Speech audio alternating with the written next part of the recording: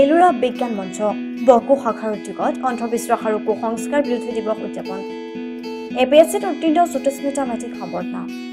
সমাজৰ পৰা অন্ধবিশ্বাস আৰু কুসংস্কাৰ আঁতৰ কৰিবলৈ অহৰহ চেষ্টা অব্যাহত ৰখা সামাজিক তথা স্বেচ্ছাসেৱী অনুষ্ঠান এলোৰা বিজ্ঞান মঞ্চ বকো শাখাৰ উদ্যোগত আজি পালন কৰে কুসংস্কাৰ বিৰোধী দিৱস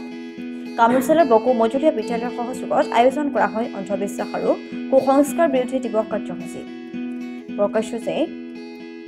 ভাষাৰ উজ্জ্বল পণ্ডিত হেমচন্দ্ৰ বৰুৱাৰ জন্মদিনটোত এলোৰা বিজ্ঞান মঞ্চই অন্ধবিশ্বাস আৰু কুসংস্কাৰ বিৰোধী দিৱস হিচাপে পালন কৰি আহিছে।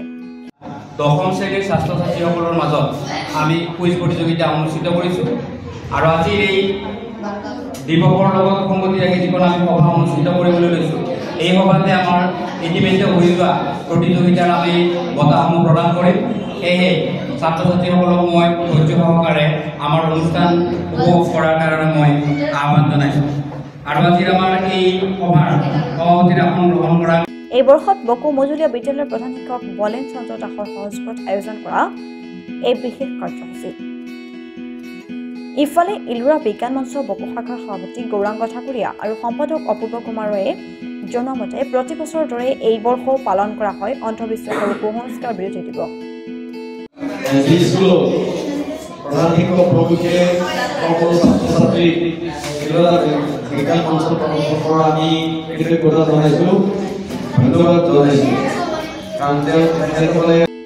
এই দিৱস পালনৰ লগত সংগতি ৰাখি আয়োজন কৰা হৈছে চিত্ৰাংকন কুইজ আৰু অন্যান্য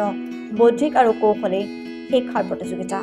অনুষ্ঠানৰ চিত্ৰাংকন আৰু কুইজৰ মাননি প্ৰদান কৰে দীপক দৈমাৰী আৰু ৰীতাঞ্জলি কলিতাই। লগতে অনুষ্ঠানত এপিএছচিৰ উত্তীৰ্ণ জ্যোতিস্মিতা মেধিক সম্বৰ্ধনা জ্ঞাপন কৰা হয়।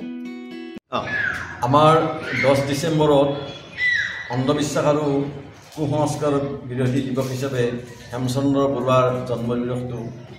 এলোৰা বিজ্ঞান মঞ্চ বকো শাখাই প্ৰতি বছৰে আমি পালন কৰি আহিছোঁ আৰু এই বছৰো আমি সেই দিৱসটো পালন কৰাৰ কাৰণে 10 ডিচেম্বৰৰ সলনি আমি 11 ডিচেম্বৰটো বাছনি কৰি লৈছিলোঁ আৰু এই 11 ডিচেম্বৰত আমি আমাৰ হেমচন্দ্ৰ বৰুৱাৰ যি জন্মদিৱস আমি কাৰ্যসূচী পালন কৰিলোঁ। ইয়াৰ লগতে আমি 8 ডিচেম্বৰত আমাৰ ছাত্ৰ ছাত্ৰীবিলাকৰ মাজত অনুপ্ৰেৰণামূলকভাৱে আমাৰ চিত্ৰাংকন প্ৰতিযোগিতা আৰু আমি কুইজ প্ৰতিযোগিতা আমি অনুষ্ঠিত কৰিছিলোঁ আৰু এই অনুষ্ঠানত আমাৰ যি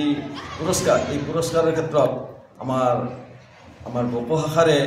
এজন সদস্য দীপক দৈমাৰী ডাঙৰীয়াই আমাক ধন দি আমাক যথেষ্ট সহায় কৰিছে। আমি আশা কৰিছোঁ যে আমাৰ এলোৰা বিজ্ঞান মঞ্চই আমি ছাত্ৰ ছাত্ৰীৰ মাজত আমি কুসংস্কাৰ আৰু অন্ধবিশ্বাস বিৰোধী দিৱসটো আগুৱাই নিব পাৰিম এই বিশ্বাস ৰাখি আমি হেমচন্দ্ৰ বৰুৱাৰ জন্মদিনত তেখেতৰ প্ৰতি আমাৰ আন্তৰিক শ্ৰদ্ধা আৰু কৃতজ্ঞতা জনাইছোঁ। এইখিনি আজি আমাৰ নিউজ ডেস্ক ৰিপৰ্ট সংবাদ 365।